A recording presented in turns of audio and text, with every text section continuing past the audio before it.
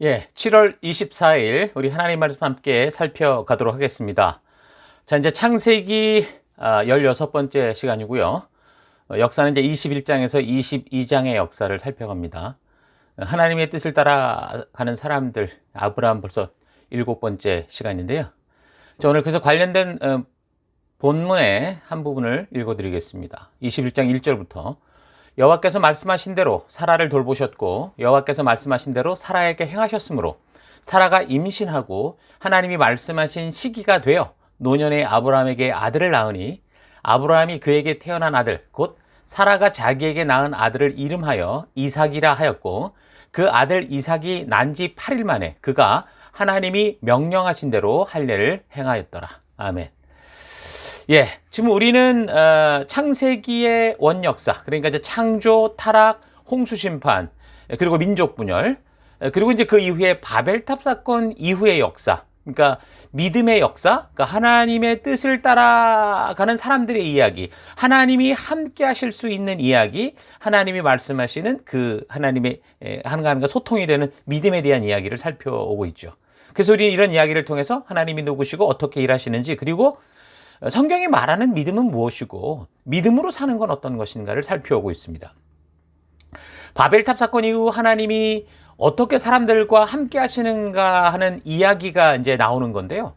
인류 시작의 이 시작부터에 나오는 이 이야기를 통해서 하나님께서 가장 먼저 이 아브라함이라는 인물을 등장시키셔서 우리에게 지금 하나님과 동행할 수 있는, 하나님이 함께 할 수 있는 믿음의 삶이 무엇이고 또 그렇게 일하시는 하나님이 누구신가를 소개하는 아주 중요한 부분이 바로 이제 이 부분이라고 그랬습니다. 그러니까 성경을 읽을 때 믿음에 대해서, 하나님에 대해서 우리가 이 부분을 통해서 분명하고 확실하게 알아가야 그 다음 이어지는 성경의 모든 역사와 모든 사건들을 바르게 보는 눈을 가질 수 있다고 그랬죠.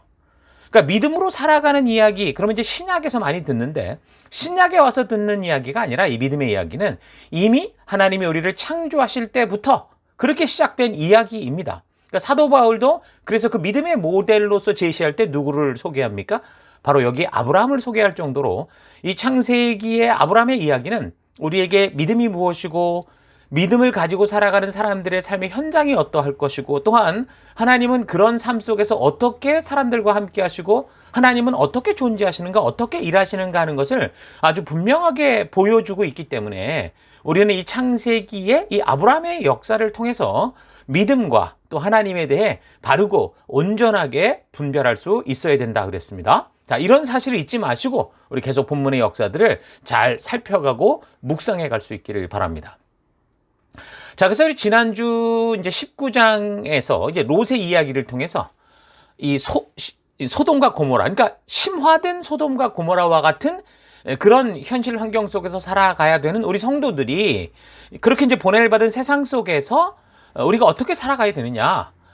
그렇게 어둠 속에 같이 어두워져 가는 게 아니라 말씀의 접촉점, 빛이 만날 수 있는 그런 접촉점을 늘리고 깨어 있어야 된다. 그렇지 않으면 하나님을 알고 믿노라 하고 예배당을 부지런히 다닌다고 해도 오늘 우리가 지난주 살폈던 그 역사 속에 마치 무너져가던 롯과 그리고 그의 딸들처럼 될 수 있다라는 걸 우리가 살폈죠. 그래서 믿음의 삶이란 하나님의 자녀들과 함께 하나님의 말씀을 중심으로 그 말씀의 가치를 따라 살아가는 거기 때문에 말씀이 있는 예배, 말씀이 있는 셀, 말씀이 있는 개인의 묵상의 시간, 이런 것들, 이 하나님과 만날 수 있는, 하나님의 뜻을, 의도를 알 수 있는 그런 공간들을, 그런 시간들을 삶의 가장 우선순위 되게 하는 삶으로 살아가는 게 성도에게 가장 중요한 부분이다. 이런 걸 살폈습니다.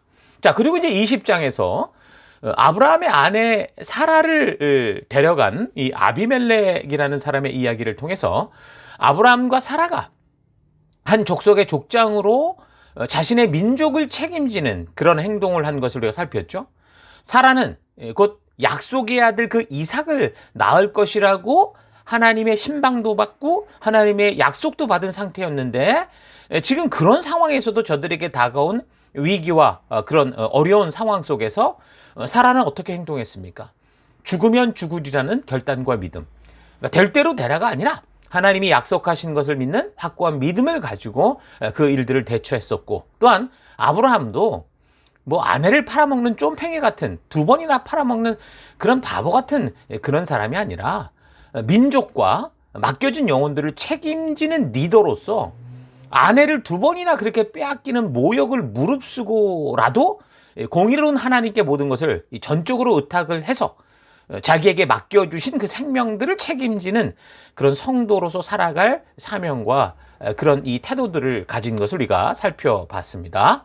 자, 그래서 계속해서 오늘 우리가 살피게 될 이제 21장은 드디어 이제 그 약속을 받았던 아들, 그 이삭이 태어나는 그런 이야기로 이야기가 시작됩니다. 그래서 계속되는 이야기를 살펴나갈 때 지금 아브라함의 이야기를 통해서 우리에게 하나님께서 지금 알게 하시는 그 의도, 하나님의 의도, 믿음이 무엇이냐, 그리고 하나님이 누구시냐, 그리고 하나님이 어떻게 일하시는가, 우리의 삶의 현장에서 우리는 어떻게 살아가야 되는가 하는 것을 말씀하고 있다는 것을 여러분이 잘 집중하면서 묵상해 나갈 수 있기를 바랍니다.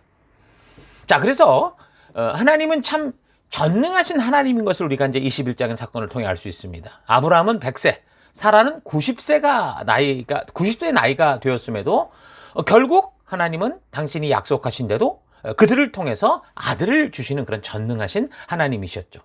이미 그 월경이 끝났고 여자의 기능이 다 끝난 상태였는데 하나님은 놀라운 일을 행하십니다. 그래서 우리는 여기 21장을 통해서 하나님은 하나님께서 약속하시고 말씀하신 대로 반드시 이루시는 신실하며 전능하신 분이다라는 걸 알 수 있고요. 인간이 생각하는 완전한 불가능 속에서도 놀랍고 크신 능력을 통해서 그 불가능을 가능케 하시는 하나님이시다라는 걸 우리가 알 수 있습니다. 또한 여기 21장은 하나님의 그런 전능하심과 함께 그 전능하신 하나님께서 하나님의 그 전능하심을 알게 하실 수 있는 그 하나님의 말씀을 따라 믿음으로 살아간 아브라함과 사라의 그 믿음, 특히 사라의 경우는 이미 폐경기가 와서 여자로서 아이를 낳을 수 없는 그런 상황이면서도 그녀가 분명히 하나님의 의도를 알게 되었을 때 정말 그 말씀대로 목숨을 각오하고 순종하는 그 행하는 믿음이 어떤 결과를 주는가라는 것을 이 21장을 통해 우리에게 말씀해 주고 있습니다. 하나님은 무에서 유를 창조하시는 하나님이시죠.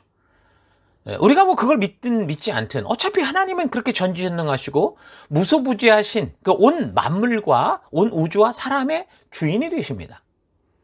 그런데 그럼에도 불구하고 사람들은 그런 하나님의 신실하심과 그 전지전능하신 그 약속 속에서 이루어지는 놀라운 능력을 보지 못하죠. 왜 그렇습니까? 바로 하나님의 약속대로 나아가지 않고 하나님과 약속한 곳으로 가지 않고 그들이 정말 하나님의 말씀을 믿는 믿음으로 순종하지 않기 때문입니다.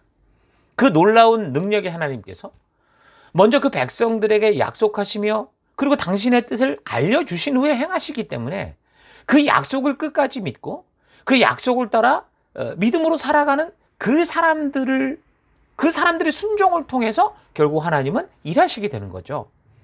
그러니까 사라가 그래서 90세의 나이가 되었음에도 남편 아브라함과 그렇게 하나님이 약속하신 말씀대로 살기 위해 자녀를 갖기 위한 노력을 할 때 하나님은 그렇게 약속을 믿고 그 말씀대로 믿음으로 살아가는 이 두 부부의 순종하는 믿음을 통해서 놀라운 역사를 이루신 겁니다.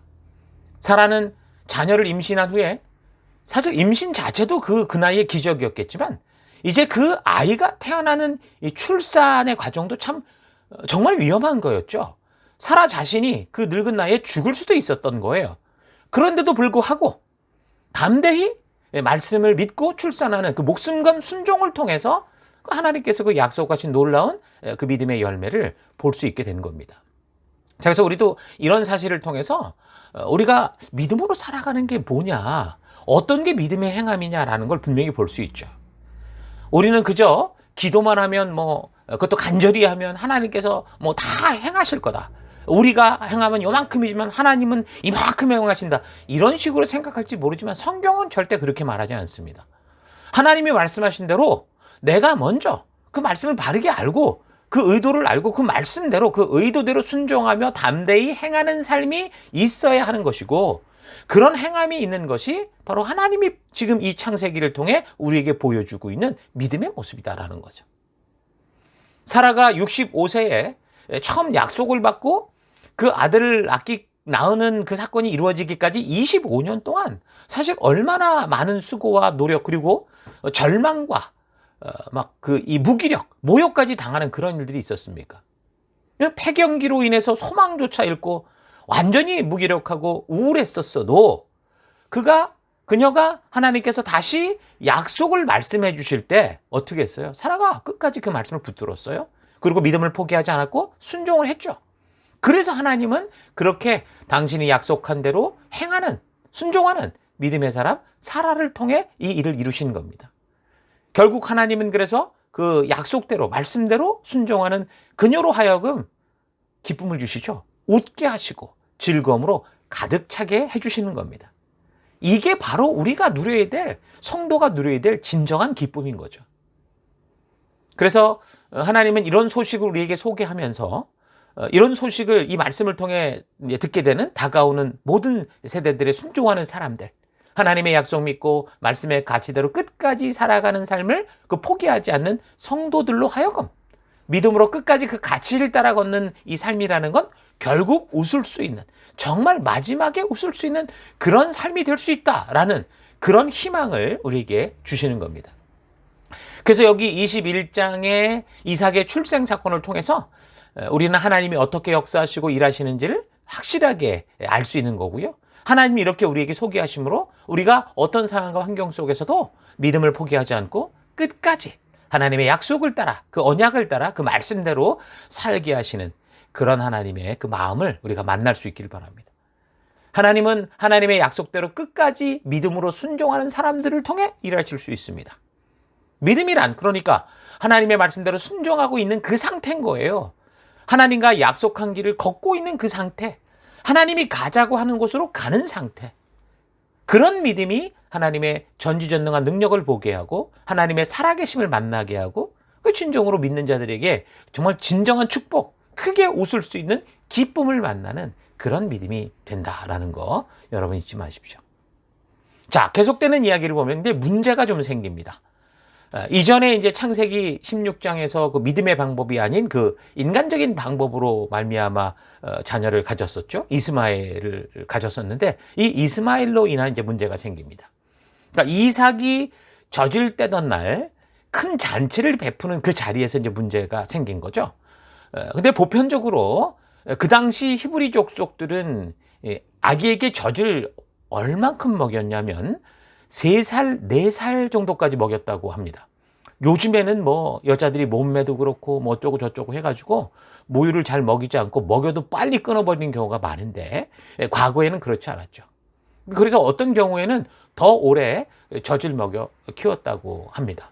물론 우리나라도 많이 우리 그 어른들 시대를 보면 그런 때가 있었습니다. 근데 이제 우리나라 같은 경우 과거에 자녀를 많이 낳았던 이유가 뭐였죠? 대부분 아기들이 태어나서 좋지 않은 환경으로 인해서 이제 얼마 되지 않아 죽는 경우가 많았었기 때문이었고, 그래서 이제 아기들 출생 신고도 한 1, 2년 뒤에 그때까지 죽지 않고 잘 살아가면 하는 그런 경우도 많았었습니다. 그래서 우리가 백일잔치나 뭐 돌잔치 같은 것을 크게 했던 이유가 우리나라에서 바로 그런 이유였었어요. 근데 요즘에는 뭐 심지어 아이가 미숙아로 태어나도 다 살려내니까 사실 그런 백일이나 돌의 의미는 사실 그게 크지는 않죠. 그러나 그 시대에는 오래전에는 굉장히 중요한 그런 일이었습니다. 그러니까 이삭이 젖을 떼는 것은 참 축복된 일이었죠. 그렇게 기뻐하며 잔치를 베푼 건 그 당시, 그러니까 이 시대보다 훨씬 열악한 상황 속에서 그 아들이 굳굳이 생존을 해내니까 참으로 감사하고 즐거운 마음에 아주 큰 잔치를 베푼 겁니다. 그것으로 봐서 아까 말한 것처럼 이삭이 한 3, 4세가 되었을 거라고 보고, 그렇게 되면 먼저 태어났던 이스마엘 같은 경우는요, 한 17세에서 18세 정도의 청소년이었을 거라고 봅니다. 그런데 이제 그런 이스마엘이 이삭을 이제 놀리는 일이 생기면서 문제가 터진 거예요. 여기서 이제 이스마엘이 이삭을 놀린 거에 대해서 현대어 성경으로는 희롱하며 놀았다 그렇게 표현을 하고요. 또 어떤 주석은 그 놀렸다는 단어가 성적인 관계에 사용되는 그런 단어여가지고 아마도 이스마엘이 이삭을 성적으로 희롱했을 거다 그렇게도 이야기를 합니다. 그러니까 이삭이 태어난 후 점점 자기가 받던 관심을 빼앗겨서인지 아니면 좀 과하게 해석을 해서 자기가 받을 그 상속권을 상실한 것에 대해서 불만을 품고 고의적으로 동생을 그렇게 휘어잡으려고 한 것인지 뭐 모든 것이 확실하지 않기 때문에 좀 여러 가지 해석들이 있습니다. 그런데요, 우리가 잊지 말아야 되는 것은 이스마엘이 정말 이삭에게 어떤 위협을 가했든 아니면 사이좋게 놀아주었든 중요한 거는 뭐냐면 이스마엘이라는 어떻게 보면 가장 그 시대 이 아이를 가질 수 없는 상황에서 굉장히 좋은 방법이라고, 인간적인 방법이 굉장히 좋았다, 결국은 아들을 낳지 않았냐라는 좋은 방법과 그 결과라고 해도 그게 하나님의 뜻대로 이루어지는 것을 대신할 수는 없다라는 겁니다. 그러니까 내 논리와 내 이해를 바탕으로 사는 게 아니라 하나님의 말씀이라는 분명한 기준을 따라 살아가는 것이 참된 믿음이다라는 이야기를 하는 거죠. 여러분, 사람들은 보통 어떻습니까? 항상 자신이 주인공이 된 그 인생의 이야기를 쓰고자 합니다. 어디를 가든 내가 얼만큼 중요한지 자신의 그 어떤 중요성을 강조하죠. 그래서 하나님을 믿어도 대부분 자신이 특별한 존재라는 그런 간증을 굉장히 갈구하고 그거를 뭐 추구하며 살아갑니다. 그래서 특별하고 기적적인 일들이 일어나기를 바라고 조금이라도 그런 비슷한 상황이 생기면 자신의 이제 상상을 더해서 완전히 그냥 자기를 중심으로 한 대하 드라마를 써가면서 자신의 신앙을 남들과 다른 이 특화시키는, 그러면서 만족해하는 경향이 있죠. 물론 그 얘기는 전부 겸손하게 얘기를 하지만 사실 얘기를 들어보면 나는 이렇게 특별하다는 얘기가 대부분입니다. 그런 간증들을 그래서 대부분 보면 잘 듣다 보면 별로 성경적이지도 않고 또 성경에서 보여주는 하나님이 일하시는 방법도 아닌 자기가 기대하고 자기가 생각하는 그런 기준을 가지고 그게 마치 하나님이 일하신 것처럼 그렇게 착각하는 경우가 많습니다. 자기식으로 다 해석을 해버리는 거죠. 그런데도 어떡합니까? 대부분 그런 이야기를 들을 때 그것이 진짜 뭐 성경적인지 그냥 이렇게 따지지도 않고, 그러니까 골치 아프게 따지지 않고 그냥 서로 이해하고 사랑하고 그냥 품어주고 그래 잘했어 이렇게 넘어가면 되지 않을까라고 생각하는 경우가 많습니다.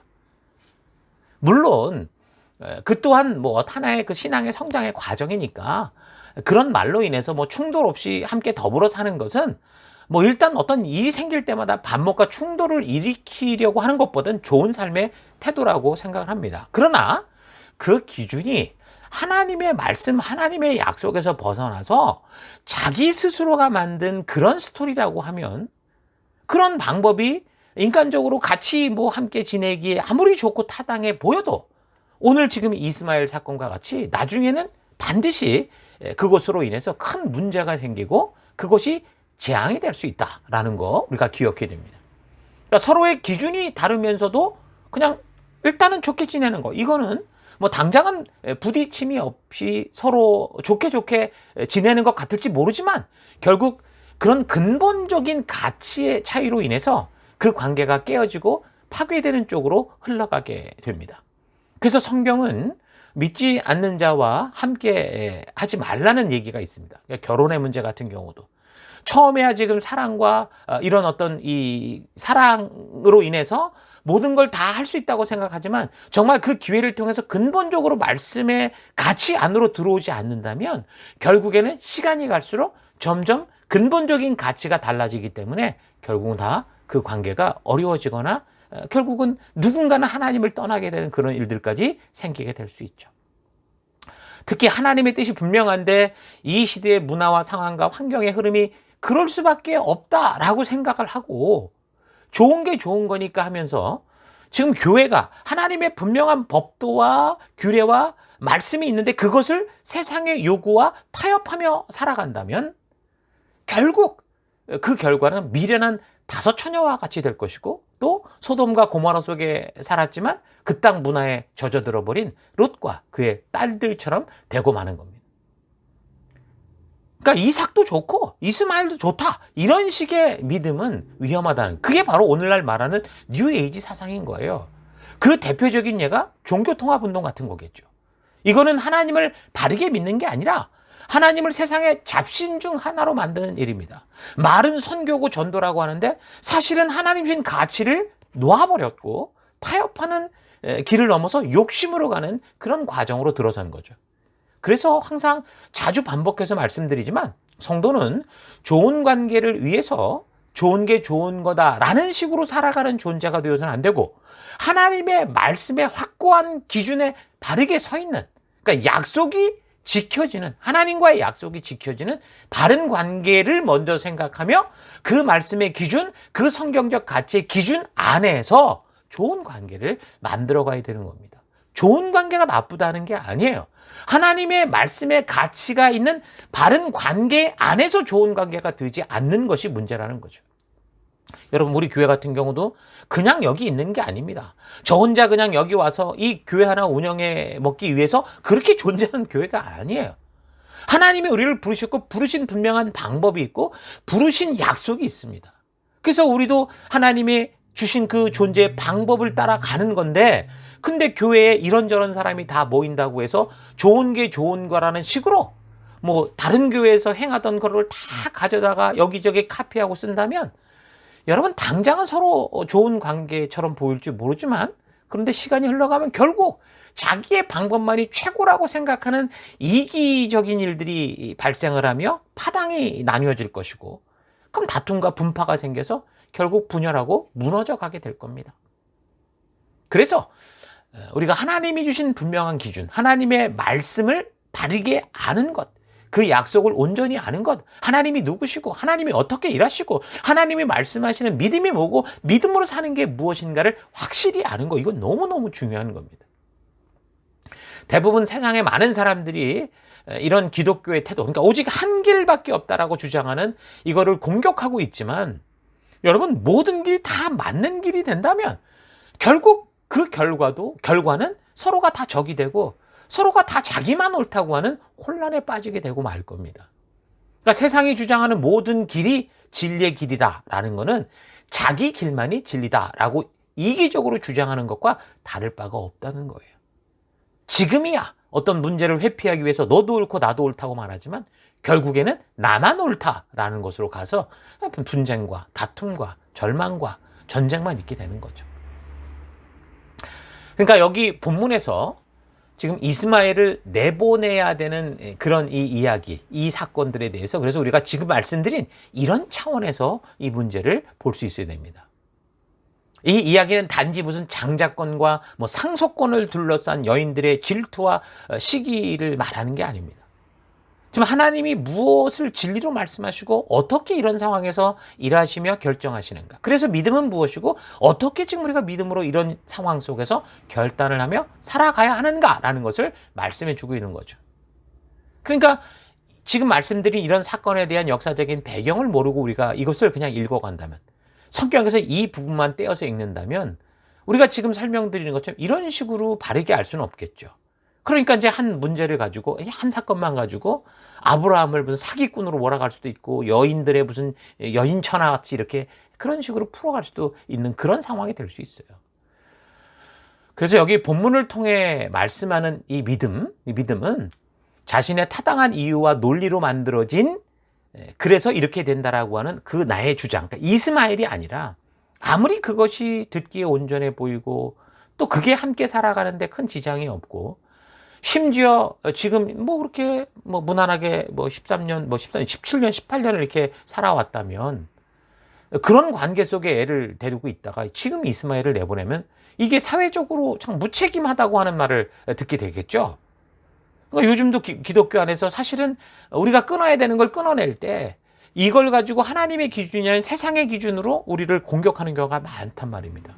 그런데 우리는 그런 말을 듣게 되어도, 그러니까 하나님이 약속하신 것을 우리가 과감히 끊어내는 그런 일로 인해서 세상이 손가락질을 한다고 해도, 여러분, 하나님의 약속을 믿고 그 말씀대로 바른 관계 가운데 살아가며 하나님의 뜻을 따라가는 것, 이삭을 낳고 이삭을 택하고 이스마엘을 내보내고 하는 이런 것이 참된 믿음이다라는 걸 우리가 잘 기억해야 됩니다. 그래서 그 약속대로 믿고 순종함으로 태어난 이삭이 참된 믿음의 상속자, 그 하나님의 약속으로 가는 그 길 속에 있는 언약의 한 과정이라는 거, 이것이 하나님과 참된 믿음의 백성으로 살며 동행하는 하나님의 자녀된 증거다라는 거 우리가 기억해야 됩니다. 이런 사실에 대해서 갈라디아에서는 이렇게 말하죠. 4장 사도 바울이 뭐라고 그랬냐면 믿음이란 율법이 아닌 하나님의 약속을 믿고 그 말씀대로 살아가는 거고, 그런 하나님의 약속대로 태어난 이삭과 같은 교회, 이삭과 같은 성도가 그 하나님의 말씀의 가치를 따라 살아가는 그 존재들이 참된 하나님의 자녀다라고 분명하게 말씀해 주고 있는 겁니다. 그저 자기의 이해와 자기 논리로만 합당해 보일 뿐 하나님의 약속과 그의 방법대로가 아님에도 불구하고 교회 안에서 좋은 게 좋은 것이라고 하는 그런 식으로 흘러가는 그런 믿음은 정말 위험하고, 하나님 앞에서 용납될 수 없는 가짜 믿음이다라는 걸 확실하게 보여주는 게 바로 오늘 이 본문의 아브라함과 이스마엘의 관계였던 겁니다. 그런데 이런 전체적인 상황이 이제 눈에 들어오지 않던 아브라함은 어땠습니까? 그 좋은 관계와 바른 관계 속에서 갈등하며 괴로워했습니다. 지금 아내 사라가 이스마엘은 이제 더 이상 이삭과 함께 상속을 나눌 수 있는 존재가 아니다, 그러니까 쫓아내라 라고 했기 때문에 이제 아브라함이 혼란이 왔던 거예요. 아이를 가지면서부터 사실은 그 관계가 굉장히 복잡한 관계였지만 시간이 17년, 18년 흘러가면서 아브라함 속에는 뭔가 이제 혈육이라는 그런 마음으로 혼란이 있었던 것 같아요. 그래도 아버지 입장이니까 아마 갈등이 생기기 시작한 것 같습니다. 갈등은 왜 생깁니까? 분명한 어떤 자기가 생각하는 기준과 다르기 때문에 생기는 거죠. 근데 그 기준이라는 것이 지금 아브라함은 하나님의 말씀하고 약속했던 그 말씀에 근거한 게 아니라 그냥 세월이 흘러가며 느꼈던 그런 이런 흐름에, 익숙함에 그가 이제 느끼기 시작한 거죠. 사실 이런 이야기에 대해서 그냥 영적이고 역사적인 백그라운드를 모르고 이렇게 들으면 사라가 마치 재산이나 감정 싸움을 하는 이런 그런 사람처럼 보일 수 있을 겁니다. 우리도 이 이야기를 읽어가면서 그래서 뭐 이렇게까지 할 필요가 있을까? 17년, 18년이나 됐는데 결국 겨우 이런 일로? 이렇게 생각될 수 있죠. 그러나 사라의 사실 이 말은요, 사라가 지금 감정이 상해서 하는 말이 아니라는 걸 알아야 됩니다. 이미 하나님께서 처음부터 아브라함에게 당신이 하실 일에 대해서 말씀을 하시면서 그 계획을, 언약을 말씀하시면서 늘 말씀했던 하나님의 약속과 하나님의 뜻이었어요. 이스마엘이 지금 이삭을 괴롭히는 이 일로 인해서 이 문제가 감정적인 싸움인 것처럼 표면화되기는 했지만 사실상 아브라함이 하나님의 말씀을 기억했다면 이런 일이 벌어지기 전에 하나님이 약속한 대로 자기 스스로가 이것을 처리해 놨어야 될 그런 문제였던 거죠. 하나님이 그들 책임지실 거라고 했기 때문에 사실 그가 집중해야 될 것은 하나님과의 약속의 문제였던 겁니다. 그런데 그것을 여러 가지 이유로 자꾸 미루고 또 이렇게 저렇게 미루다 보니까 이제 그 문제가 폭발하게 된 거고, 그래서 그런 최악의 상황에서 지금 아내로부터 이제 그런 하나님의 말씀을 사실 들은 건데 그 듣게 되니까 그가 이제 익숙해진 이 삶 속에서 기억이 안 되니까 고민하고 혼란스러워하는 거죠. 여러분의 삶 속에서도 하나님의 말씀대로 우리가 순종하지 않고 살아가는데 별탈이 없는 것 같으니까 좀 미루고 이렇게 지나가다가 사실 괜찮은 거 아닌가? 별일 없으니까 하나님이 그냥 잠잠하신 거 아닌가? 라고 생각하며 살아가고 있는 게 있지는 않은가? 여러분 잘 되돌아볼 수 있기를 바랍니다. 오랫동안 사람들은 자기 고집을 부리다 보면 그게 괜찮은 거라고 착각에 빠지게 됩니다. 아이가 너무 이것을 고집하니까 부모가 거기서 아이를 완력으로 끊을 수가 없어서 시간을 기다려주는데 이 아이가 자기의 고집이 옳다고 생각하면 어떻게 돼요? 점점 문제가 돼가는 거죠. 여러분, 하나님께서 말없이 오래 기다려주신다고 해서 여러분들이 지금 순종하지 않고 부르심을 외면하고 있는 것이 괜찮고 옳다고 인정하는 그런 상황이 아니라는 거 여러분 잘 기억하셔야 됩니다. 자, 어쨌든 그래서 아브라함이 고민을 하는데 그때 이제 하나님께서 아브라함에게 분명하게 말씀하십니다. 좋은 관계보다 바른 관계로 나아가야 된다라는 걸 분명히 확고하게 말씀해 주시죠. 여러분, 믿음은요, 정이 아니에요. 한국 사람은 정이 많다고 그러는데 정이 나쁘다는 게 아니라, 그러니까 믿음의 삶이라는 게 정이 없는 삶이라는 게 아니라 오히려 성경적으로 말하는 이 정, 이 사랑은요, 너무도 깊은 사랑이에요. 정말 하나님께서 자기의 아들을 희생의 제물로 주실 만큼 그 정도의 사랑, 그런 정이 있는, 그게 성경의 이야기입니다. 그러니까 지금 하나님의 말씀의 기준이 분명한데 그게 배제된 정, 사람과의 관계에 얽매이는 것, 그게 이제 좋은 관계라고 그랬는데 그게 아니다라는 거예요. 그게 아니라 그렇게 그냥 대충 넘어가는 좋은 관계가 아니라 바른 관계가 중요하다는 거예요. 십자가의 죽음 말고 다른 길을 자꾸 찾는 다른 방법을 찾는 게 아니라는 거예요. 믿음의 삶이란 하나님이 말씀하시지 않은 것들에 대해서는 아주 과감하게 떠나고 그것과 타협하지 않고 그것과 가까이 하지 않는 것, 그게 바로 믿음의 삶이라는 거예요. 그래서 여러분들이 어둠에 갔을 때 자꾸 세상화되지 않는 게 중요한 게 그런 거예요. 세상의 유행을 따라가지 않는 게 중요한 게 그런 거예요. 또 믿음의 삶이란 뭐라는 거예요? 혹시나 하는 마음에 하나님 앞에서 자기 나름대로의 다른 대책을 가지고 있는 것, 이거는 믿음의 삶이 아니에요. 그러니까 하나님의 약속대로 가지 않을 때 나름대로 대안을 가지고 살아가는 거, 이게 믿음이 아니라니까요. 믿음의 삶이란 하나님의 뜻이 이루어지지 않을 것에 대비해서 아브라함처럼 다메섹 출신의 엘리에셀이라는 종을 염두에 두고 있거나 또는 종 하갈을 통해 이스마엘을 준비해두는 이런 식의 삶이 아니에요. 이건 믿음이 아니에요. 오직 하나님의 말씀, 약속을 믿고 그 믿음으로 하나님의 말씀만 따라가는 거, 그게 믿음의 삶이라는 거예요. 믿음이란 하나님의 약속대로 믿고 그 언약을 따라 끝까지 그 길을 걸어가는 겁니다. 그래서 성경 전체를 보면 결국 그렇게 하나님의 말씀대로 그 언약을 따라 끝까지 순종하며 그 길로 걸어가는 자, 남은 자들이라고도 하는데 그 남은 자들이 결국 하나님의 천국 잔치에 들어가게 되고 하나님이 그들을 통해 이루시는 역사들을 그들이 하나님의 역사를 써가는 그런 사람이 되는 걸 알 수 있습니다. 그러니까 믿음이란 뭐라는 거예요? 하나님의 말씀대로 순종하고 있는 상태, 행하고 있는 상태인 거예요. 그렇게 믿음대로 살 때 하나님은 당신이 약속하신 것을 말씀 그대로 신실하게 이루시는 하나님이시죠. 그러니까 자기의 대책이 있으면은 자기의 다른 방도가 있고 다른 방법이 있다면 뭐 도울 필요가 뭐가 있겠습니까?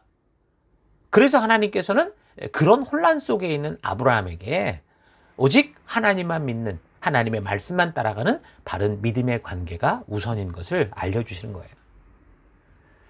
자, 그래서 이제 아브라함이 그런 하나님의 분명한 뜻을 다시 깨닫게 됐죠. 그래서 이렇게 하나님의 분명한 뜻을 알게 된 아브라함은 역시 순종의 삶을 삽니다. 그 아브라함의 장점이 그런 거죠. 그가 하나님의 뜻을 알기 전까지는요, 많이 고민하고 여러 가지 대안을 찾아 그렇게 시도해 봅니다. 이런저런 의견들을 다 듣습니다. 그런데 하나님의 뜻이 확실해지고 하나님의 의도를 알게 되면 지체 없이 그 말씀대로 순종하는 삶을 산 거, 이게 아브라함의 장점이죠. 그래서 하나님께서 사라가 말하는 대로 하라, 그런 말씀을 들은 후에 그 지체 없이 순종을 하는데 아주 이른 아침에 순종을 하죠. 주저함 없이 순종합니다. 아마도 그 고향 하란 땅을 떠나올 때도 그때 연로하신 부모님이 계셨잖아요. 그때로 그랬을 것 같아요. 처음에 그 음성을 들을 땐 고민을 했을 것 같아요. 그런데 하나님의 부르심을 확신하고 나서는 그는 어땠습니까? 연로한 아버지가 있는 고향을 과감히 떠나는 것을 망설이지 않았다라는 거죠. 그게 바로 아브라함의 장점이고 이게 믿음의 삶인 겁니다. 내가 이스마엘을 무시하고 늙은 아버지를 외면한다는 게 아니에요. 하나님은 그런 일까지 다 대책을 준비하고 계시기 때문에 이제 우리를 부르시는 그 부르심 앞으로 의심하지 않고 두려워하지 않고 주저거리지 않고 주저하지 않고 나아가는 것, 그걸 말하는 거죠. 하나님의 뜻을 우리가 바르게 알기 전까지는 늘 고민하고 조심하고 또 여러 사람의 많은 이야기를 듣고 여러 사람의 마음을 듣고자 하는 오픈 마인드를 가지는 거 중요한 겁니다. 좋은 태도입니다. 그러나 하나님의 뜻이 분명해지면, 하나님의 뜻이 성경 안에서 분명하게 말씀하고 있다면 롯처럼 소돔을 떠나 나오기를 머뭇머뭇 그런 태도가 아니라 아브라함처럼 아침 일찍 일어나서 즉시 순종하며 행하는 그런 여러분들 될 수 있기를 바랍니다. 그러니까 교회 안에서 하나님의 자녀로 성장하는 길로 우리를 부르신 하나님의 뜻을 여러분들이 이제 이 교회를 와서 분명히 알았다면, 이게 하나님이 인도하신 길이다라는 걸 알았다면 이제 각자 이 교회 속에 있는 이 영적인 가족 셀에 속할 것이고, 그 셀에 속해서 그 셀 속에서 이제 하나님이 이끄시는 그 성장의 길, 그 인턴이나 동역자로 서가는 그 부르심과 또 교회 곳곳에서 우리가 섬겨야 되는 각 그 부분이 있잖아요. 그 사명으로 부르신 것에 대해서 자꾸 이런저런 핑계대고 머뭇거리는 삶. 지금 함께 하나님의 그 마음을 하나님의 준비하신 영혼을 담을 수 있는 그릇, 그 리더, 그 영적인 가정의 그 아비가 돼야 되는데 자꾸 머뭇거리고, 사실 보면은 뭐 여러 가지 핑계를 대지만 내가 하고 싶지 않은 거죠. 말은 두렵다고 해요. 그럼 두려우면 하나님이 두려워하지 말라고, 내가 너를 인도하겠다고 하는데 거기서 두려우니까 못하겠다고 하는 건 이건 욕심을 고집하는 거죠. 그런 삶이 아니라 여러분, 그래서 이런 하나님의 부르심 앞에 즉각적으로 순종을 해서 우리가 이렇게 교회가 함께 그 일을 위해서 모였으니까 서로 도움을 받고 돕고 함께 어떻게 이것을 감당할까 함께 고민하고 함께 하나 될 수 있는 여러분들 됐으면 좋겠습니다. 이런 사건을 통해서 이런 부분들을 여러분 잘 기억하실 수 있기 바랍니다. 자, 계속해서 21장의 이야기는 이제 아브라함을 이제 공경에 빠뜨렸던 그 아비멜렉이라는 사람의 이야기로 또 나옵니다. 이 사람이 아브라함을 찾아와서 아브라함과 언약을 맺으려고 하는 얘기예요. 이 아비멜렉은 자신의 그 블레셋 족속과 또 아브라함 족속 대대로 평화롭게 살기 위한 그런 목적으로 언약을 맺으려고 한다라고 지금 말하면서 왔는데, 그런데 그런 평화협정을 맺고자 하는 자리에 누가 왔느냐? 경제부 장관, 통일부 장관이 아니라 군대 장관을 동원해 왔어요. 여러분, 요즘도 대통령이 어느 나라를 순방할 때 누구를 데려가느냐는 굉장히 중요하죠. 왜요? 함께하는 사람들이 그 방문하는 목적을 대변하기 때문이죠. 그러니까 아비멜렉 같은 사람은 결코 순수한 사람이 아니었어요. 약육강식의 세계 속에서 블레셋 지역 전체를 지배하고 다스리는 모략가였고 음흉한 전략가, 왕이었습니다. 이걸 우리 살폈죠, 이미. 그러니까 그는 그동안 이 처음에 있었던 사건을 통해서도 그렇게 하나님께 혼이 나고서도 아브라함을 호시탐탐 노리는 그런 삶을 살았던 거예요. 그런데 아브라함을 지키는 신, 그러니까 하나님이 늘 그와 함께하는 것을 눈으로 봤고, 그리고 그를 무너뜨릴 만한 어떤 그 구실을 찾고 구멍을 찾는데도 전혀 찾지 못하겠으니까 이제 작전을 바꿔서 자기 쪽에서 먼저 언약을 걸어서 안전을 쟁취하려고 하는 거죠. 이런 사실은 아브라함이 그동안 아비멜렉 쪽에서 어떻게 저들을 괴롭히며 꼬투리 잡았는지를 이야기하는 계속되는 이야기를 보면 알 수 있습니다. 아비멜렉 측의 사람들이 아브라함이 파놓은 우물을 빼앗고 강탈을 했는데도 이 아비멜렉은 그냥 뭐예요? 자신은 아주 이거를 전혀 몰랐던 것처럼 그렇게 이야기를 합니다. 그러니까 이런 일이 있었던 것이 그 아브라함이 브엘세바라고 하는 지역이 있었을 때였거든요. 근데 아비멜렉은 자신이 몰랐다고는 하지만 근데 그건 분명한 침략행위였고 도발행위였습니다. 아비멜렉이 이런 사건을 몰랐던 게 아니에요. 사실 그것은 아비멜렉이 아브라함 쪽을 건드려보고 완전히 짓밟을 구실을 만들기 위한 도발이었고 함정이었죠. 근데 그때마다 아브라함이 그 충돌을 피했고 우물을 그냥 빼앗으니까 내주는 식으로 지혜롭게 행동을 하며 결코 침략의 구실을 주는 허점을 보이지 않는 그런 삶을 살아왔던 거예요.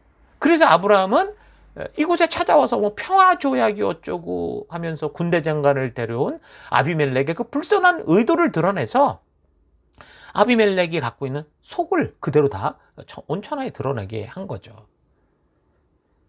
자, 그래서 이제 아브라함이 이런 기회를 통해서 비록 지금 계속해서 그 땅에서 이방의 유목민처럼 살아야 되지만, 하지만 확실하게 자기 영역을 확보하고 자기의 족속들이 이제 그 땅에서 생존하며 하나님의 뜻을 이루어갈 수 있는 그 안전 조치를 취하는 거죠.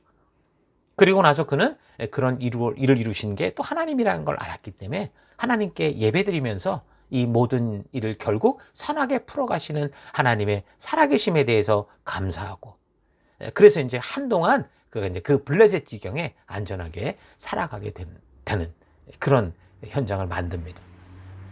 자, 그러니까 이제 믿음으로 사는 삶이란 뭐예요? 그냥 기도만 하면 다 상황과 환경이 뒤바뀌는 게 아니에요.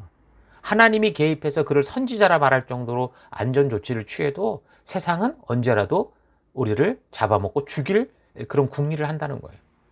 그래서 어떤 상황 환경 속에서도 하나님이 주신 그 삶의 기준을 우리가 타협하지 않고 세상의 사람들보다 더 지혜롭게 더 열심히 살아가야 되는 거예요. 아브라함을 찾아온 아비멜렉이 아브라함의 삶을 통해 하나님이 함께하고 있는 분명한 그 증거를 보았기 때문에, 풀어서 얘기를 하면 당신의 삶을 통해 살아계신 하나님을 봤다. 아브라함이 너를 봤더니 하나님이 정말 살아계신 걸 봤다. 그렇게 고백하면서 그래서 그런 당신과 나는 평화협정을 맺고 싶다. 이제 그렇게 말을 한 겁니다. 자, 이것처럼 여러분들도 여러분의 사업터, 직업의 현장에서, 또 친구, 학교 모든 현장에서 살아갈 때 그냥 하나님의 이름으로 기도했으니까 뭐가 다 되겠지, 이런 식으로 요행을 바라는 게 아니라 여러분들을 통해 하나님이 함께하는 사람이라는 그 그리스도의 향기가 되고 여러분이 그리스도의 편지가 되는 그런 삶을 살아서 하나님이 주신 그 지혜를 활용해서 그 세상으로부터, 친구로부터, 직장으로부터, 사업터로부터 존경받고 또 실력적으로 인정받을 수 있는 그런 삶을 살아가기 바랍니다.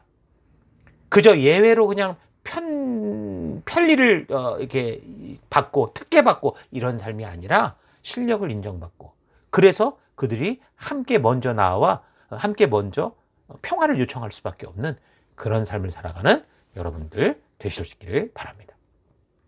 자, 계속해서 이제 22장의 이야기는요, 하나님이 이렇게 점점 성숙하여 믿음으로 계속 살아가고 있는 아브라함에게 이제 그에게 주셨던 그 아들 이삭을 당신에게 제물로 바쳐라 라는 엄청난 명령을 주시면서 아브라함의 이제 믿음의 그 마음, 그 중심을 살피는 그 이야기가 나옵니다.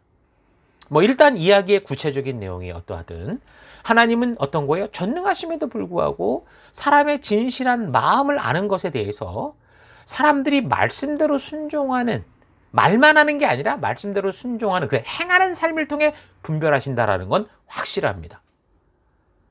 그 소돔과 고모라에서도 그랬잖아요. 전능하신 하나님께서 소돔과 고모라를 직접 방문해서 그 죄악을 분별하듯이 그 행위를 보듯이 사람의 믿음도 하나님께서 직접 시험하시고 또 어떤 믿음인지를 눈으로 확인하시고 분별하시는 그런 하나님이시다라는 걸 우리가 잘 기억해야 됩니다. 그래서 우리가 믿는다고 아무리 100번 1000번 말을 해도, 뭐 말씀 들을 때 아멘 뭐 이걸 뭐 300데시벨로 한다고 해도 하나님은 그런 말의 크기 그런 걸로 확인하시는 게 아니라 성도들이 그 하나님이 말씀하신 말씀의 가치대로 순종하며 지금 행동하고 있는가, 행동하는 삶을 통해 확인하시고 그 행동을 통해 인정해 주신다라는 거 여러분 기억하십시오. 여기 22장을 통해서 우리는 아브라함의 그 온전하게 성장한 그런 믿음의 모습을 확인하게 됩니다. 아브라함은 하나님의 뜻이 무엇인지 정확히 알게 되니까 마치 그 하갈과 이스마엘을 집에서 내보낼 때 아침에 일찍 그렇게 행동하듯이 여기서도 이 하나님의 말씀에 아침 일찍 바로 즉각적인 순종의 길로 나아갑니다. 하나님의 뜻을 분명히 알고도 주저하고 머뭇거리고 고민하고 핑계와 변명을 일삼는 그런 오늘 우리 시대의 교인들의 모습과는 너무도 대조적인 모습이죠. 여러분 순종의 삶이 뭐냐고 여러분이 묻는다면 바로 이 모습을 여러분 잘 기억하시기 바랍니다. 믿음이란 바로 이런 거예요. 먼저는 하나님의 약속과 그 뜻을 확실하게 아는 거고, 그리고 나서는 어떤 거예요? 즉각적으로 순종하고 행하는 것이 믿음입니다. 사라가 지금 2번이나 잡혀가는 그 최악의 상황에서도 어떻게 했었어요? 죽으면 죽으리라는 신앙과 하나님의 약속을 믿고 하나님께 의탁하는 삶을 통해서 하나님이 신실하게 그 약속을 이루어 가시는 그 실제 삶을 경험한 아브라함은 아마도 아들 이삭을 바치라는 이 하나님의 뜻밖의 명령에 당황했겠죠. 당황할 수 있었으나 그동안 삶의 경험을 미루어 그가 주저하지 않았던 이건 분명히 확실하다고 보입니다. 성경은 아브라함이 이 명령을 듣고 고민한 흔적을 전혀 기록하지 않습니다. 그가 이스마엘을 쫓아내라고 할 때는 죽이는 게 아니라 내쫓으라고 할 때만 해도 막 고민하고 괴로웠던 사람 아닙니까? 그런데 여기 지금 뭐 아들 이삭을 바치라고 할 때는 그런 고민의 흔적이 전혀 없어요. 무슨 말입니까? 이제 그는 참다운 믿음의 아비로서의 온전한 성장을 이루어갔다라는 거죠. 무엇에 대한 믿음입니까? 그러니까 하나님이 어떤 분이신지를 바르게 아는 것에 대한 믿음이에요. 하나님이 하실 일, 하나님이 주실 혜택, 하나님이 행하신 일로 인해 확인된 게 아니라 내 눈에 아무 증거 보이지 않아도 신실하신 하나님의 살아계심을 믿고 그 하나님 자체에 대한 신뢰, 그게 믿음인 거죠. 하나님에 대한 그런 믿음이 생겨야 지금 우리도 우리에게 다가오는 어떤 상황, 환경 속에서도 흔들리지 않을 수 있는 겁니다. 내가 병 나음을 위해서 그렇게 기도했는데, 자녀를 갖기 위해 그렇게 기도했는데 왜 응답이 없고 회복이 없고 치유가 없느냐? 내 정성과 치성을 받지 않는, 내 이 간절한 마음을 받지 않는 신은 내가 바라는 하나님이 아니다. 이런 식으로 흘러가는 건 믿음이 아니에요. 어떤 결과를 내가 맞이하게 돼도 신실하신 하나님께서 합력하여 선을 이루시는 그 신실함을 믿음으로 지금 내게 주어진 그 환경에서, 상황에서 사라처럼 죽으면 죽으리라는 순종의 삶으로 나아가고, 아브라함처럼 자신에게 주어진 사명, 그 족속을 위해 두 눈 시퍼렇게 뜨고 아내를 뺏겨도 뜨거운 눈물로 하나님을 의탁하며 하나님 앞에 나아가는 그런 믿음으로 자라가야 되는 거죠. 그런데 오늘날 교회 속에서 믿음으로 살아간다고 하는 많은 교인들이 어떻습니까? 하나님의 명령과 예수님의 뜻을 안다 말하면서도 교회 안에서 얼마나 많은 직분자들이 어떻게 하면 바르게 즉각적으로 충성하며 순종할까 하는 것보다 항상 미루고 삶이 바쁘다 핑계대고 자기의 마음과 감정이 충족되지 않는다고 오히려 하나님을 다그치죠. 그 자기가 원하는 것으로 먼저 하나님께서 나를 만족해 해달라, 이런 협박하는 삶을 살아갑니다. 누가복음 14장 이르시되 어떤 사람이 큰 잔치를 베풀고 많은 사람을 청하였더니 잔치할 시에 그 청하였던 자들에게 종을 보내어 이르되 오소서 모든 것이 준비되었나이다 하매 다 일치하게 사양하여 한 사람은 이르되 나는 밭을 샀음에 아무래도 나가 보아야 하겠으니 청컨대 나를 양해하도록 하라 하고, 또 한 사람은 이르되 나는 소 5겨리를 샀음에 시험하러 가니 청컨대 나를 양해하도록 하라 하고, 또 한 사람은 이르되 나는 장가 들었으니 그러므로 가지 못하겠노라 하는지라. 그러니까 뭐라는 거예요? 하나님의 부르심, 그 초대를 모른다는 게 아니에요. 하나님의 뜻을 몰라서가 아니라 지금 뭐예요? 다 자기 욕심대로, 자기 생각대로, 자기 만족과 유익을 위해 살아가려고 지금 핑계와 변명을 대고, 더 나아가서 바른 길로 인도하고자 하는 그런 사람들을 오히려 더 정죄감에 빠지게 하는 거죠.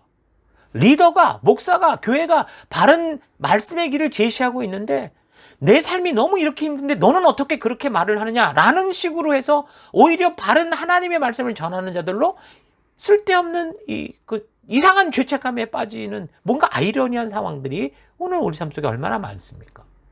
그래서 리더들조차, 목사들조차 그 강단에서 그 하나님의 말씀 선포해야 될 자리에서 타협하고 자꾸 쉬운 얘기만 하는, 이게 완전히 변질된 교회가 돼가고 있잖아요. 여러분, 이런 상황을 우리가 잘 보시면서 아브라함이라는 이 믿음의 멋진 우리 선배를 좀 잘 기억하며 살아갔으면 좋겠습니다. 하나님이 이렇게 기뻐하셔서 오고 오는 세대 속에 이 사람을 소개시키고 자랑시키고, 그래서 이 사람을 통해서 진정한 믿음의 삶이 무엇인지, 어떻게 믿음으로 살아야 되는지, 또 하나님은 누구시고 어떻게 일하시는지를 말씀해 주고 싶어서 추천하는 이 아브라함의 이 모습, 이 믿음을 담는 여러분과 제가 됐으면 좋겠어요. 또 한 가지 생각할 것은요, 이런 사건 속에 아브라함과 같은 믿음으로 산 한 사람이 있었다라는 겁니다. 이삭을 번제로 드리는 사건에 있어서 이런 아브라함의 믿음만이 아니라 놀랍게도 이삭의 믿음 또한 중요했습니다. 그러니까 이삭은 이때 적어도 번제물을 태울 장작더미를 이삭이 스스로 메고 갈 정도로 성장한 나이였어요. 약 18세 전으로 보는 것이 전통적인 해석인데, 번제물을 다 태울 정도의 장작을 지을 수 있는 그런 나이다. 이게 보통 이 장작이 아닐 건데, 그러면 어쩌면 20세 이상이었을 수도 있다라고 보죠. 그러니까 어떤 분들은 다음 장에 보면 사라가 127세에 죽는데 그때 이삭이 37살이었으니까 아마도 어쩌면 이삭이 30대였을 수도 있다, 그렇게 얘기를 합니다. 자, 어찌됐든 핵심적인 건 뭡니까? 이때 이삭은 그 110세가 넘는 노인 아브라함이 강압적으로 제압할 수 있는 그런 어린 상태는 아니었다라는 거죠. 110세가 뭡니까? 거의 120세가 됐겠죠. 오히려 그 나이에 아버지를 돌볼 수 있는 그런 성숙한 청년의 상태였을 거다라는 거예요. 그런데 그 100세가 넘는 아버지 아브라함이 번제단을 쌓고 나무를 버려놓은 후에 그 청년 이삭을 결박해서 번제단에 올려놓고 죽이려고 했다라는 거예요. 만약에 아이가 정말 어렸다면 아브라함이 스스로 어떻게 해보았을 수 있을 거지만, 어느 정도 가능성이 있다고 볼 수 있지만, 근데 지금 애가 만약에 청소년쯤만 돼도 이게 결코 쉬운 일이 아닙니다. 그러니까 이 말은 아버지 아브라함이 그렇게 자기를 죽이려는 행동을 해도 이삭이 어떻게 했다라는 거예요? 반항하지 않았다라는 거죠. 저항하지 않았다라는 겁니다. 여기 본문에는 어떻게 이삭이 번제단까지 올려졌는지에 대한 다른 설명이 없지만, 우리는 지금 이런 상황과 배경을 통해 생각해 볼 때 이삭이 오히려 아버지 행동에 스스로 협력하고 순종했을 거라고 볼 수 있는 거죠. 아버지 아브라함을 닮은, 또한 어머니 사라를 닮은, 그러니까 이삭도 죽으면 죽으리라는 그런 마음이 있었기 때문에 지금 자신을 어떻게 보면 스스로 산 제물로 드리는 그런 일이 가능했다라는 겁니다. 이런 모습에서 우리는 뭘 볼 수 있어요? 우리 하나님 아버지의 말씀대로 이 땅에 오셔서 십자가의 길로 나아가셨던 우리 예수님, 예수 그리스도의 모습을 볼 수 있는 거죠. 아브라함과 사라가 믿음으로 그렇게 함께 순종할 때 이삭이 태어날 수 있었고, 그러니까 함께라는 게 굉장히 중요한 거예요. 아마도 이 번제 사건에서 아브라함만이 아니라 이삭이 하나님께 함께 순종하려고 하는 그런 협력하는 온전한 믿음의 순종이 있었기 때문에 이게 가능했지. 그렇지 않았다면 누군가가 하나라도 주저하고 거절했다면, 심지어 사라도 아마 이런 상황을 알 수 있었을 거라고 봅니다.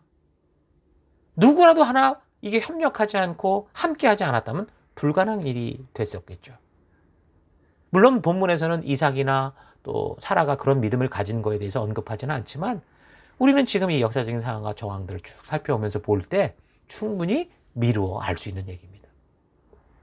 자, 이런 이야기를 통해서 그래서 우리가 더 생각해 봐야 되는 거는 하나님의 말씀대로 순종하는 아브라함의 행동으로 인해 하나님이 급히 그를 불러서 멈추게 하실 만큼 정말 하나님이 아브라함의 진심을 몰랐을까 하는 거죠. 하나님의 전지전능하심을 전제로 만약에 이야기를 한다면 일단 하나님이 전지전능하시니까 무조건 다 알아야 되고 모든 거에 대해서 모르는 것이 없어야 되는데 여기서 하나님은 왜 자꾸 이런 모습을 보여주실까? 왜 그럴까요? 여러분, 그거는요, 하나님을 위해서가 아니라 바로 우리로 하여금, 이런 사건을 듣고 알게 되는 우리로 하여금 하나님을 생각할 때 하나님은 단지 전지전능하니까 그냥 모든 게 그냥 무슨 마술사처럼 된다라는 그런 신으로 알고 하나님을 인격도 없고 관계도 필요 없는 어떤 우상, 미신 같은 존재로 생각하지 않도록, 그런 미신으로 만나지 않도록 하시기 위한 거다라고 볼 수 있습니다. 오늘날 현대교회에서 많이 실수하는 게 뭡니까? 성령 하나님을 인격적 하나님으로 아는 게 아니라 말은 그렇게 말을 하는데 그냥 파워로 알아요. 어떤 전능한 파워, 힘으로 알고 있어서 좀 심하게 말하면 예전에 그 부흥 집회 같은 데 마치 성령을 뭐 불덩어리라고 생각했는지 불 받아라 그러면 뭐 여기서 맞고 떨어지고 저기서 맞고 떨어지고 뭐 여기서 던지고 저기서 받고, 예전에 그 어떤 베니인이라는 어떤 그 목사는 여기서도 멜번에 와서도 그런 일을 한 적이 있어요. 자기 우아기를 벗어가지고 휙 던지면 저쪽에 있는 사람이 우르르 넘어지고. 여러분, 하나님은 그런 하나님이 아니십니다. 능력이 없는 하나님이라는 게 아니라 하나님은 전지전능하셔요. 그런데 그분이 일하시는 방법은 그렇게 일하시지 않는다는 말이에요.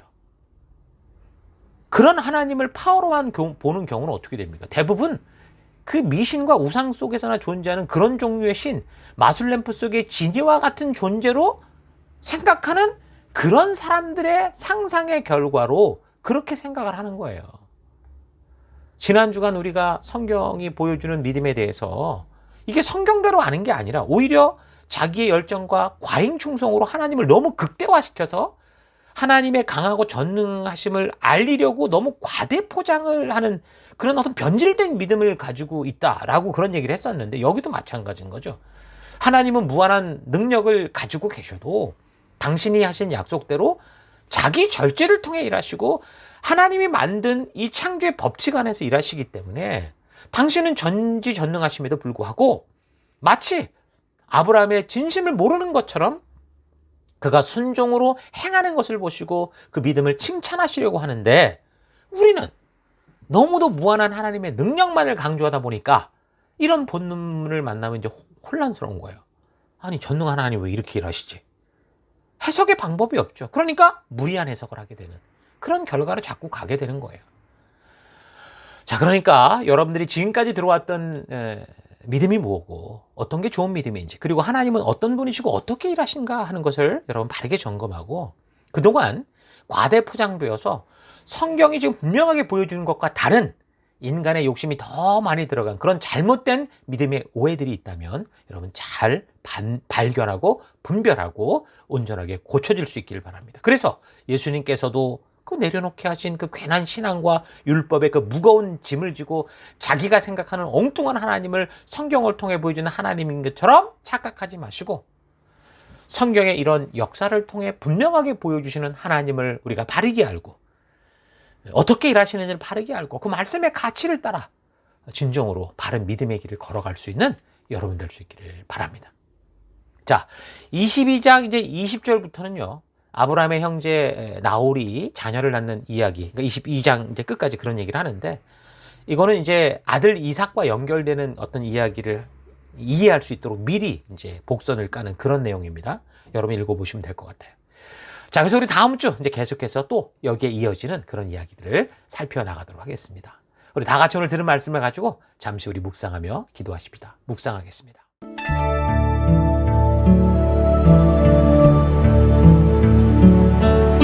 예, 전능하신 하나님은 반드시 그의 약속을 지켜내시는 하나님이십니다.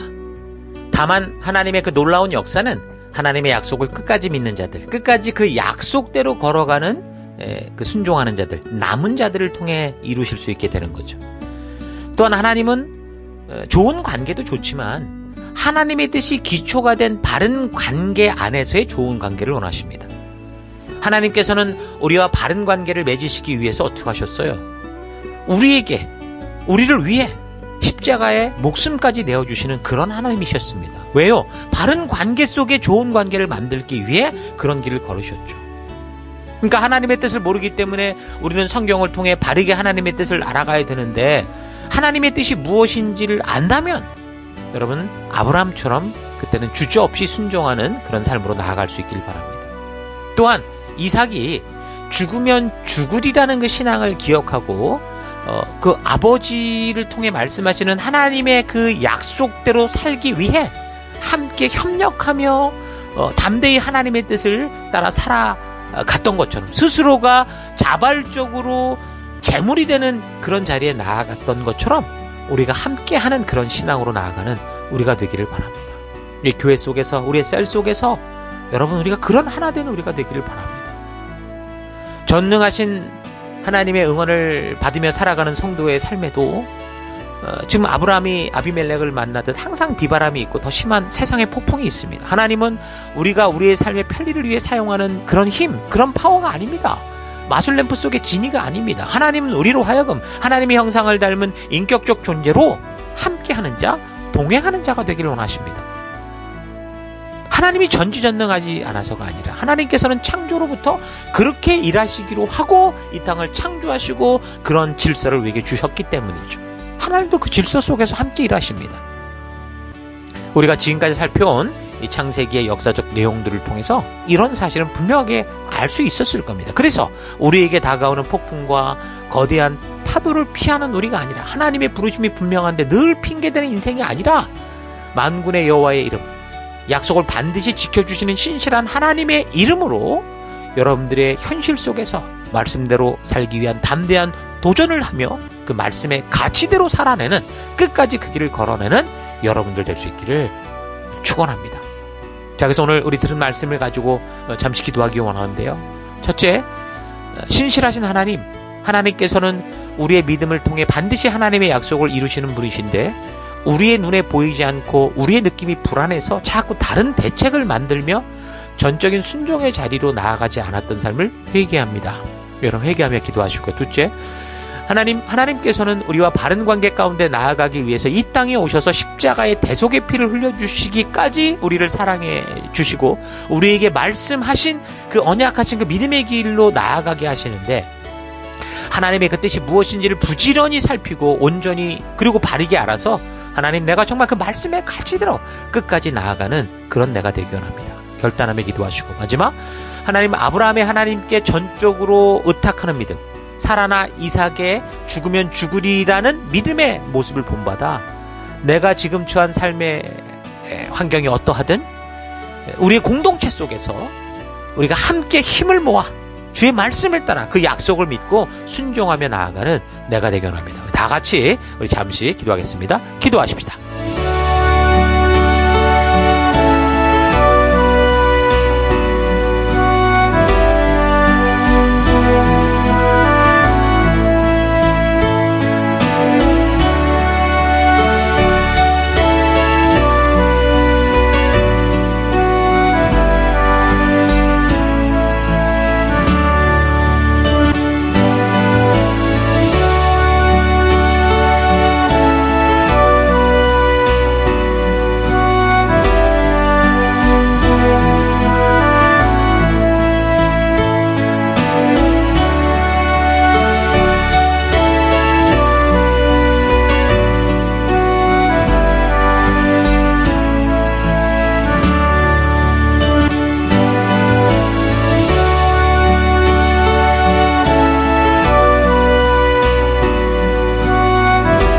신실하신 하나님, 하나님께서는 우리의 믿음을 통해 반드시 하나님의 약속을 이루시는 분이신데 우리의 눈에 잘 보이지 않고 우리의 느낌에 불안해서 자꾸 다른 대책들을 만들고 전적인 순종의 자리로 나아가지 않았던 하나님, 그런 삶의 태도를 회개합니다.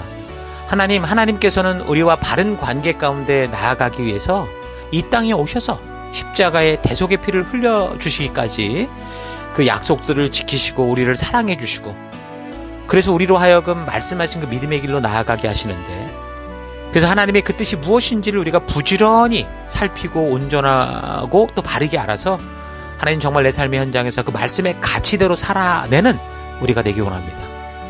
아브라함의 하나님께 전적으로 의탁하는 믿음, 또 사라나 이삭과 같이 죽으면 죽으리라는 믿음을 가지고 아브라함을 통해 일하시고자 하는 하나님의 뜻에 함께 힘써 하나 되어 협력하는 모습을 본받아 내가 지금 처한 우리 교회와 셀 속에서 삶의 어떤 환경이 다가오든 오직 주의 말씀을 따라 힘써 하나 되어 주신 사명을 위해 함께 그 약속을 믿고 믿음의 가치대로 살아가는 우리가 되길 원합니다.